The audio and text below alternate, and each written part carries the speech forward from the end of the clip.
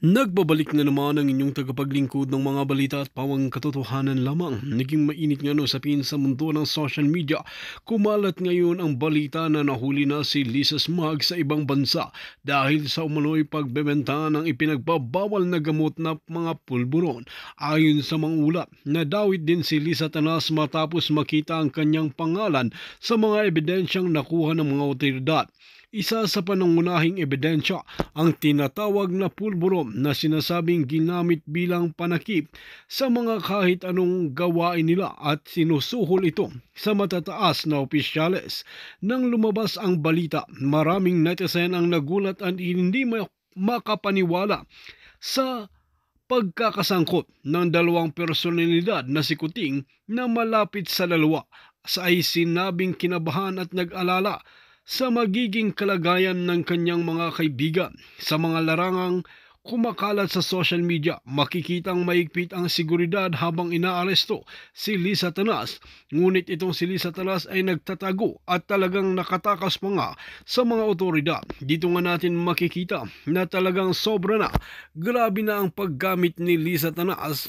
Ngunit ayon nga sa hukom ay talagang kompleto at matibay ang ebidensya at ngayon nga ay pinaghahanap na si Lisa Tanas kung saan siya nagtatago habang nasa ibang bansa pa ito.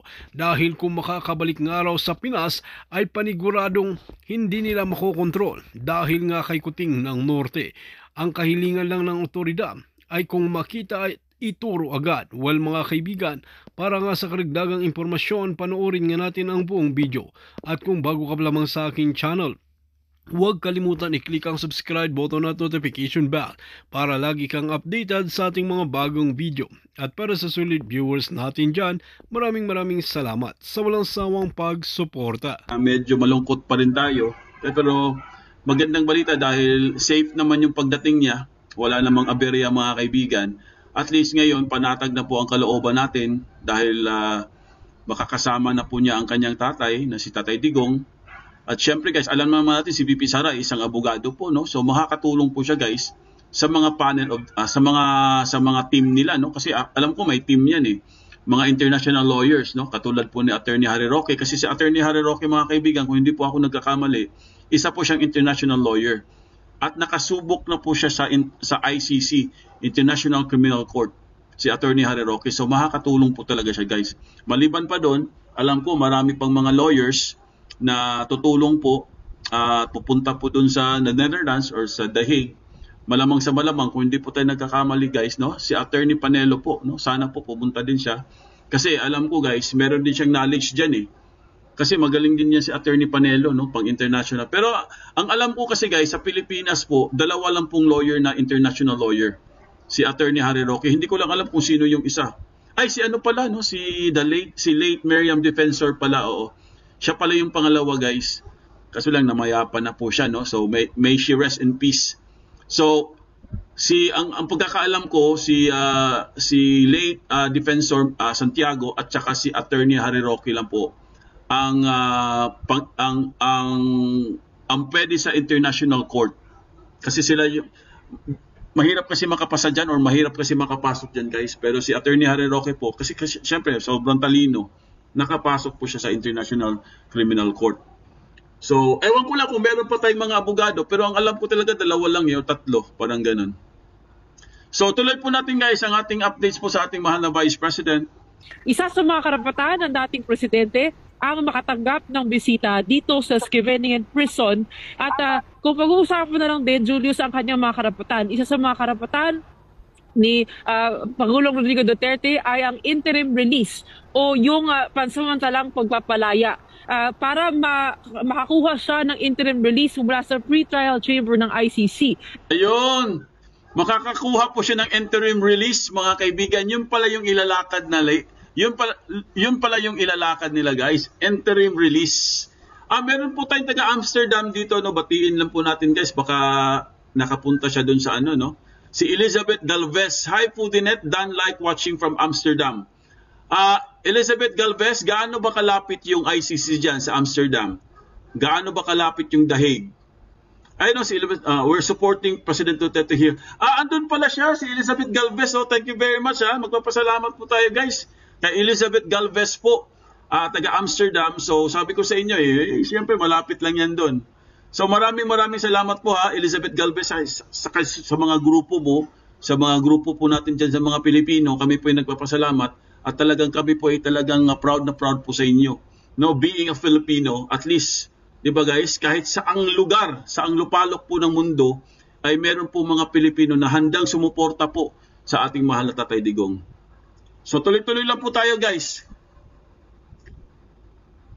Kailangan masiguro muna na hindi siya tatakas, na siya ay dadalo sa mga hearings at sa trial, at siya rin ay hindi magdadala ng kapahamakan sa mga biktima o sa mga witnesses dito nga sa investigasyon. Kapag naramdaman nila, Julius, na siya ay maaaring umalis, siya ay hindi dumalo, o kaya siya ay magdulot ng mas marami pang krimen, ay maaaring hindi mapagbigyan ang interim release request. Pero yan ang isa sa mga remedies na maaaring tignan ng team ni Vice President Sara Duterte, ng legal team ni former President Duterte. Ayon po yan sa Article 60 of the Rome Statute. Ibig sabihin ba nito, Gretchen, kapag pinayagan siya makalabas ng kulungan ng ICC, hindi siya pwedeng makabalik ng Pilipinas? Diyan muna siya sa area kung saan gaganapin ang mga hearings. Diyan lang siya pwedeng magstay. Tama ka doon, Julius, kung sakasakali man ay pinagbigyan yung kanyang interim release request, limitado lamang yung kanyang magiging galaw. Hindi pa rin siya maaaring magbalik sa Pilipinas, at usually doon yon sa ICC host country. So ito, malamang dito sa paligid nito, dahil dito gaganapin yung mga trial, dito lang din ang Pangulo sakasakali kukunin ng kanyang passport at imo-monitor ang kanyang paggalaw para siguraduhin na dito lang siya. At yun nga po, kiklaruhin din natin kung ano pa yung maaaring magawa doon sa interim release na yon, kung sakasakali mapagbigyan. Pero ayon sa mga nakakausap nating abogado, Julius, medyo malabo yan, kasi yung isa mo tinitignan dito, yung kanyang health, kung may humanitarian reasons nga ba na maaaring posibleng maging basehan ng interim release granting. Pero ayon sa isang abogado ay nakonsidera naman yan ng ICC nung ginawa nila ito, dahil marami sa mga nililitis dito ay state leaders at may edad na o kaya meron nang nararamdaman. So kailangan po natin makausap yan, pero sigurado yan yung isa sa mga options na maaaring tignan nitong kanilang legal team. Ayan po mga kaibigan, so magandang balita po yun guys, di ba? At least kung makakakuha po siya guys, makakakuha po siya ng interim release. At least hindi po siya doon sa detention center, hindi po siya doon sa loob ng detention center. Kung hindi, pwede po siya manirahan guys sa Netherlands, no? Pwede siyang pumili kasi saan niya gustong tumira, basta within the vicinity po ng Netherlands. Kaso lang guys, hindi po siya makakauwi ng Pilipinas. Pero okay din yun guys, no? At least meron siyang bahay doon, makakapag siya, di ba? Kasi syempre sa edad po ni Pangulong Duterte mga kaibigan, medyo kailangan na rin ng kailangan na rin ng bantayan yan, di ba? Syempre, itong March na to, mag-18 na po siya kung hindi ako nagkakamali, no? So, hoping po tayo guys, no? Sana po pagbigyan po siya mga kaibigan, na at least mabigyan po siya ng isang legal remedy. One of the legal remedies, which is the interim release. Napakaganda po niyan guys. Magdasal lang po tayo. Kasi ito pong mga bangag guys, ito pong si Bangag, alam ko kinakausap niya yung ICC. Alam ko talaga yan kasi nga may nagsabi po niyan, di ba? Na meron po siyang contact niyan. Alam ko may contact siya diyan eh. Malamang sa malamang guys, talagang kinakausap po nila yung ICC para po parusahan po itong si Tatay Digong. Yan po talaga ang nila diyan eh. Yan ang pagkakaalam ko diyan, di ba? So ito po mga kaibigan, tuloy lang po natin guys. May impormasyon ka ba, Gretchen, kung may president na ito na meron ng ibang mga nakakulong dyan sa kustodiya ng ICC pero pansamantalang pinalaya o pinalabas ng kulungan? Meron na bang ganon? Ay Julius, yun nga yung gusto nating tignan, kasi mukhang may ganon. Kasi may nakikita tayong datos na sinasabi na pwedeng maglagay ng parang GPS para matrack yung detainee, na kung pwedeng kukunin yung passport, pwede siyang ma-house arrest. So meron tayong impormasyon nakikita Pero sa ngayon, hindi pa tayo sigurado, no? Babasahin pa natin yan. Pero speaking of detainees, si Pangulong Rodrigo Duterte, kasama niya dito ngayon sa ICC Detention Center, ang 5 pang nasa kustodiya ng ICC. Yes, the former president is officially in the custody of the ICC. Mukhang hindi na siya dumaan doon sa local courts. Diniretso na siya ng Philippine authorities doon sa ICC. At sa ngayon, kung titignan ninyo itong Scheveningen prison na ito, ay magkahati yan, no? So may UN Detention Center, yung ICC Detention Center, at meron din yung Dutch prison. Medyo malaki-laki siya.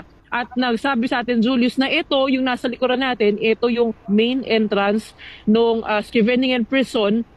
Doon sa kanan, may parang museum area, at dito naman sa kaliwa, yun yung nasa side, yung nasa likod. Kung mapapansin ninyo, hindi ito yung pinasukan ng sasakyan ni Pangulong Duterte kagabi, kung saan nagpulong-pulong yung maraming Pilipino, sinisigaw nila, send him back. So, dumating siya dito mga 7 p.m., 2 hours after ng landing niya, at by 8 p.m., ayon sa mga nakausap nating Pilipino, pinaalis na sila. So, dinisperse na sila. Pero, ang sabi rin nila sa atin, na mga nagpunta rito ay naging mapayapa naman, no? Kahit merong mga pro, merong mga anti, naging peaceful naman. At sa katunayan, meron pang ilan dito na bumiyahe 3 oras mula sa outskirts ng The Hague. Ayan po, oh, grabe, di ba? Meron po mga protesters, guys. Kumbaga naghalo-halo eh. May mga protesters po, may mga pro, tsaka meron mga anti. At ang sabi po dito sa balita, talagang meron pa po, bumiyahe po sila ng 3 hours, guys. At hindi lang yan.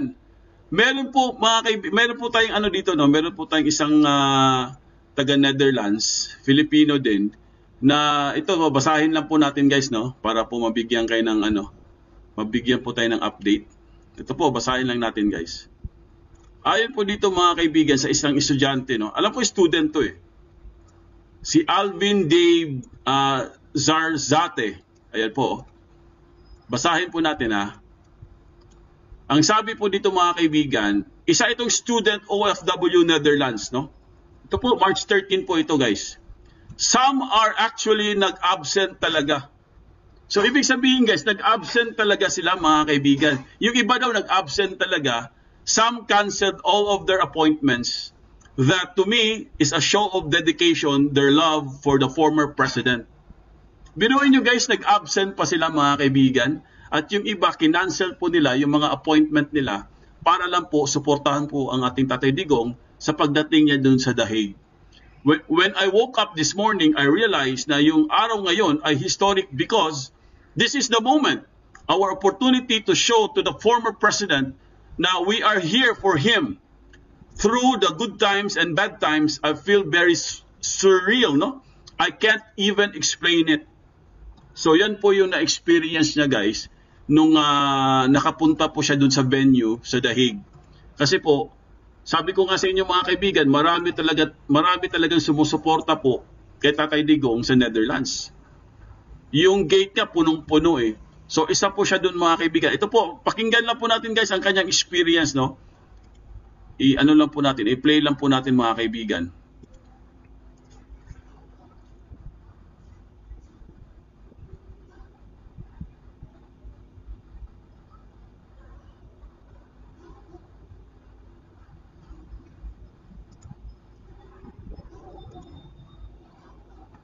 I realized na yung araw ngayon, today, is really historic because this is the moment and our opportunity to show to the former president that may nagsabi po dito yung Zarate daw, anak ni Zarate. Hindi po, iba po ang apelyido niya. Iba po, guys, ipakita ko sa inyo, ha. Iba po ang apelyido niya, oh. Zarzate po siya. Zarzate, hindi po siya Zarate. Alam po si Zarate, nasa Netherlands din yun eh. Yung anak eh. Pero ito, hindi po to si Zarate, ha. Zarzate po, mga kaibigan. Alvin Dave Zarzate. Ayan, ha. Para klaro po. Baka akala nyo, anak to ni Zarate, ha. Hindi po, mga kaibigan. Tuloy lang po natin, guys. when he was doing all of the difficult decisions for the Filipino people and for the Philippines, he is not afraid to take whatever consequences. He is unbowed. For us, it is our time to show to him na we are also here for him through the good times and through the bad times, because talagang nafe-feel ko na he's like a father to me. That is very important for me na to show as well that he is as much as important as anybody else, and his sacrifices will never be for nothing. Alvin, maayong buntag. Taga saan po kayo dito sa Pilipinas? Mayong buntag, sir. I am originally from Agusan del Sur, but Bisaya din pala to. Bisaya din, guys. Mga Bisaya. I grew up eventually in Butuan City, in Caraga.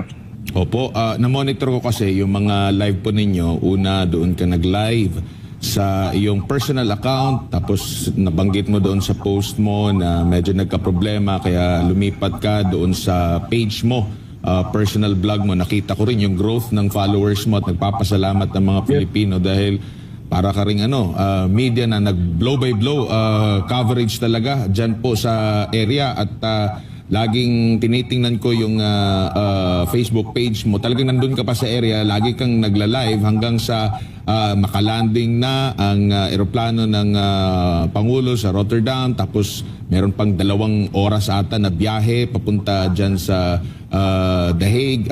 Hindi mo talaga tinantanan. Kumbaga, ano bang dyan?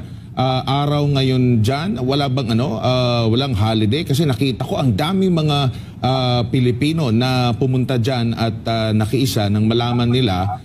Isa ka sa mga unang pumunta dyan, nakita ko sa vlog mo, na pumunta dyan.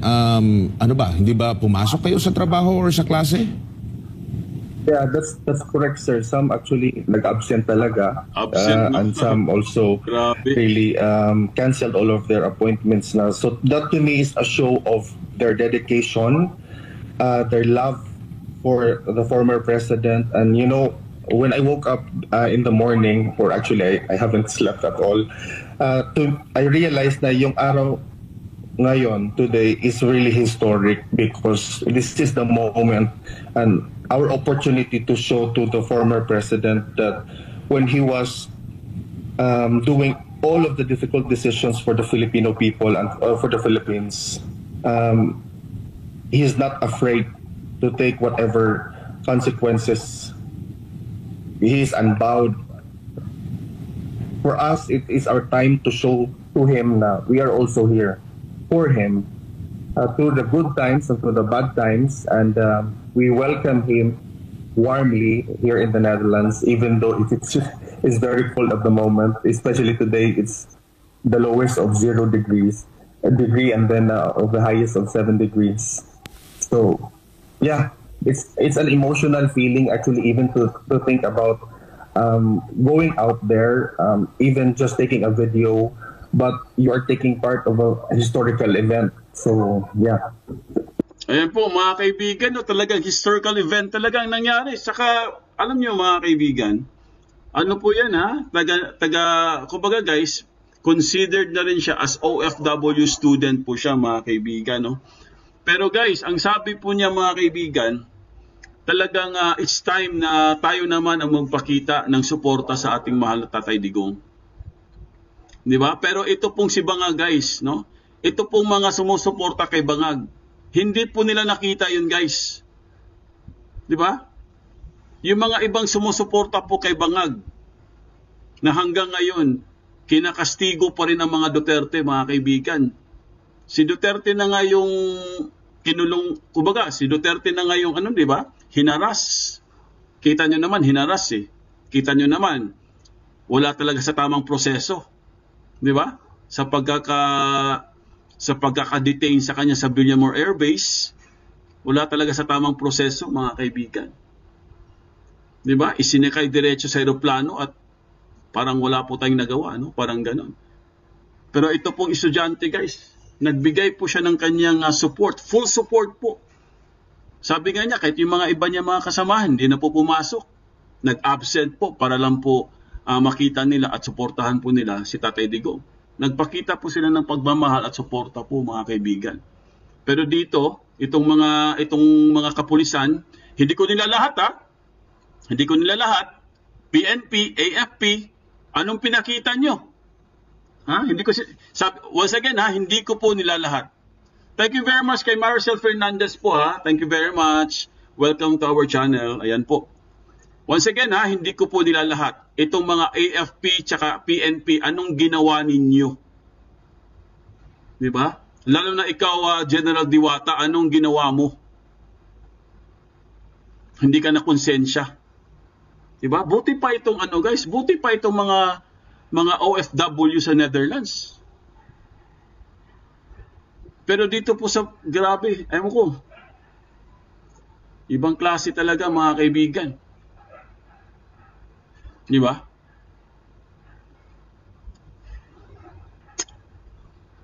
Katulad po ito guys, no, ipapakita ko sa inyo mga kaibigan. No? I-ano ko lang sa inyo. I-play lang po natin to. No? Mamaya po may papakita ako sa inyo. It feels really surreal. I cannot even explain it. Thank you very much kay Almond Blondie sa kanyang $9.99. Welcome to our channel. Thank you very much Almond Blondie sa inyong pakulay palipad. Yan, malaking tulong po yan. God bless po at more blessings po sa inyo. Bakit ganito na lang yung sakripisyo? Alam natin bilang isang estudyante OFW na nasa malayong lugar, nandyan sa Europa, malayo sa mga kaanak dito sa Pilipinas, ikaw ay taga Mindanao pa Jud. Tapos nag-sacrifice ka pa, no, na hindi ka pumasok, kasama mo yung mga OFW para ipahayag yung suporta, and sa pagkakala ko parang hindi nyo nasilayan kasi parang nag-ano kayo kung saan ba dito, saan ba naroroon si PRRD, ito bang sasakyan na ito, possible itong van ba na ito, Alvin? Yeah, eventually sir, it was not even clarified kung nandun ba talaga siya inside. Because I think his location was not really disclosed properly, and we asked the police men kung nandyan ba siya sa loob. We just wanted to know, and the answer was in the negative. And probably it's part of their job not to disclose information, but they just want us to be out of the location. I think, sir, it's very important. It's also very clear na yung ginagawa namin, or maybe I can only speak for myself, yung ginagawa ko is actually out of a voluntary notion, because talagang nafe-feel ko na he's like a father to me. That is very important for me na to show as well that he is as much as important as anybody else, and his sacrifices will never be for nothing. Yun talaga yung feel ko, sir, actually. Ayan po, mga kaibigan, pasalamatan po natin, guys, no? Si Alvin po, napakaganda ng kanyang experience, no? Shinare niya po sa atin, mga kaibigan, na talagang full support po sila sa ating Tatay Digong, no? Sa ating mahal na former President Rodrigo Roa Duterte. Kahit may mga trabaho yung mga yan, guys. Kasi wala namang holiday doon. Hindi naman siya holiday.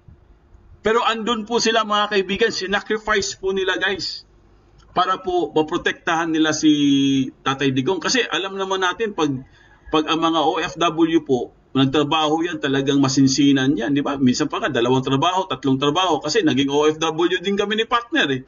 Kaya alam namin yan, di ba? Ganun po tayo pag nagtrabaho sa ibang bansa, di ba? Marami tayong trabaho. Pero guys, dahil po ito po isang historical event, talagang sinuportahan po nila si Tatay Digong, kaya nagpapasalamat po tayo. Once again po, no? Palakpakan po natin guys ang ating mga kapatid, ang ating mga supporter dyan, no? Sa Netherlands. Palakpakan po nyo mga kaibigan. Bravo po sa inyo. Kami po talaga taos puso pong nagpapasalamat sa lahat po ng mga sumusuporta kay Pangulong Rodrigo Roa Duterte. So ano yan, no? Priceless po yan mga kaibigan. Wala pong katumbas yan. Kaya maraming salamat po sa inyo. Ito guys, may papakita lang ako sa inyo. Ito po.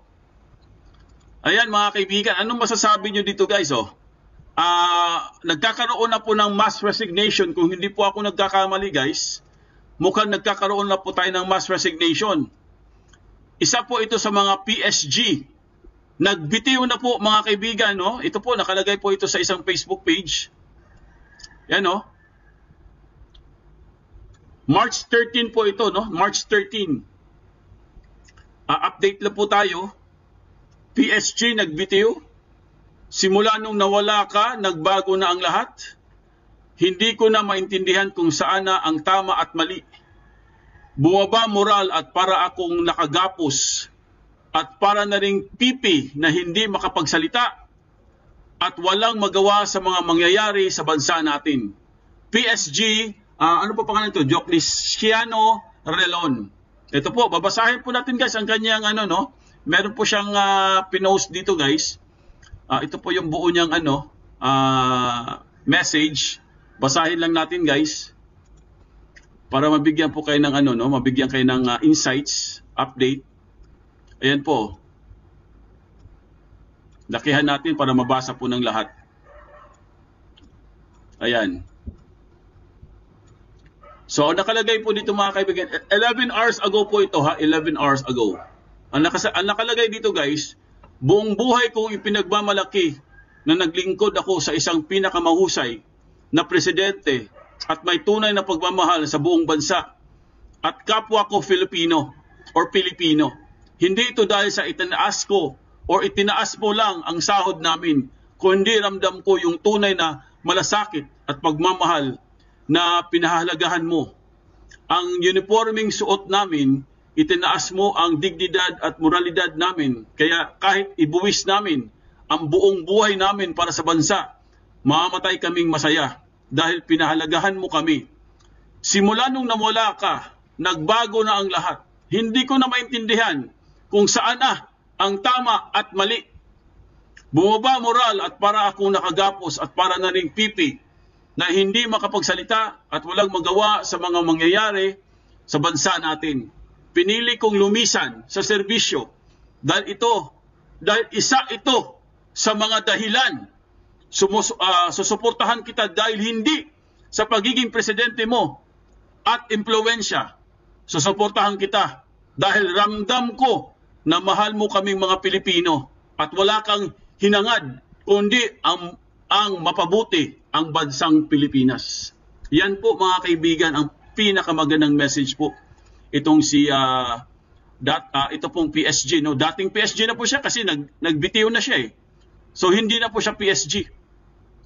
Pasalamatan po natin guys si Maria Luisa San Jose sa kanyang 5 euro, 5.99 euro.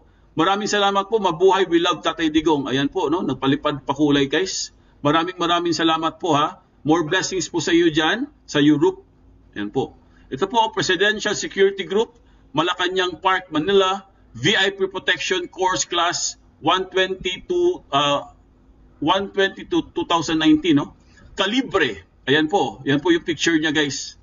So nagbitiw na po siya mga kaibigan, no? Ayan po. Si Relon, no? Saludo po kami sa iyo, Relon. Sir Relon, ayan po, saludo po kami sa iyo sa iyong katapangan at dignidad, no? At least pinanindigan mo ang inyong prinsipyo. Kasi karamihan ngayon guys, kinain na po nila ang kanilang prinsipyo dahil po sa pera, dahil po sa suhol. Ha? Kinain na po nila ang kanilang prinsipyo, lalo na po yung si Diwata, no? Mayaman na si Diwata. Nakakaiyak talaga, very emotional po. Ito pa, may papakita pa ako sa inyo guys, no? Mukhang talagang totoo po yung sinasabi nila mga kaibigan na meron po talaga, nagkakaroon na po talaga ng yung tinatawag nilang mass resignation po, no? Ayaw ko lang i-confirm ito, no? Pero meron po tayong nakikita eh. So, malamang sa malamang mga kaibigan, talagang totoo po ito guys, na nagkakaroon na po ng malawakang pagbibitiw sa pwesto mga kaibigan. Kasi hindi lang naman itong si Relon eh. Marami pa, no? Ito po, ipakita ko lang sa inyo kung andito ba yon. Kasi mayroon pag isa mga kaibigan, no? Isa din siyang military guys. Binitawan na rin niya ang kanyang tungkulin or hinubad na po niya ang kanyang uniforme guys. I-play lang po natin, no, para mabigyan lang kayo ng update, okay? Ito po. I-play lang po natin guys. Mga katrops, may isi-share ko lang sa inyo. Nakita nyo yan? Yung uniform na yan. Mamimiss ko yan. Kaya abangan nyo ang aking kwento ng aking buhay sa pagtatapos ng aking serbisyo. Kaya ingat and God bless. Ayan po mga kaibigan, isa po siya sa nagbitiw guys. So aabangan daw natin ang kanyang kwento, no? Kung bakit po siya tuluyan na pong iniwan niya ang kanyang serbisyo. Kasi mga active to guys eh. Imagine niyo ha mga kaibigan, mga active po ito guys. Tapos magbibitiw sila sa kanilang tungkulin. Mahirap po yun. Marami po silang pagdadaanan yan. Hindi yan basta-basta makakabitiw ka sa pwesto mo dyan. Kasi nga, meron kayo sinumpaan dyan eh. Di ba? Opo, Chrissy Brooks, marami na po. No? Marami na po nagbitiw guys. Ayaw ko lang i-confirm kung ilang numbers po kasi wala pa akong nakitang update. Pero pag nakakuha po tayo ng update guys, ibibigay ko sa inyo. Ang sabi po, marami na daw talaga ang tuluyan na pong iniwan ang kanilang mga posisyon po, no? Either AFP or PNP.